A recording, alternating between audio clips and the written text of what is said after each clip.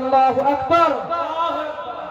আল্লাহ রাব্বুল আলামিন বলেন, ইয়া আইয়ুহাল্লাযীনা আমানু, হে ঈমানদারগণ, হে বিশ্বাস স্থাপনকারীগণ, কুতিবা আলাইকুমুস সিয়াম, আমি আল্লাহ তোমাদের উপরে এমন রোজা ফরজ করেছি, কামা কুতিবা আলাল্লাযীনা মিন ক্বাবলিকুম, আমি আল্লাহ তোমাদের আগে তোমাদের পূর্বে যারা এসেছিল তাদের উপরে রোজা ফরজ করেছিলাম। জোরে বলুন সুবহানাল্লাহ। আল্লাহ রাব্বুল আলামিন কি বলছেন?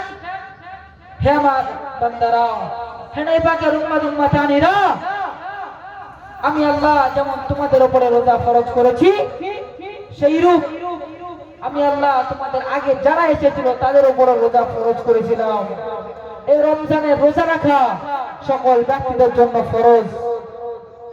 ভাইরা ও বাবাজিরা, রমজান মাসের কত রহমতের মাস শুনুন। রমজান মাসের মধ্যে আল্লাহ রাব্বুল আলামিন বলেন, হে আমার বান্দা বান্দীরা,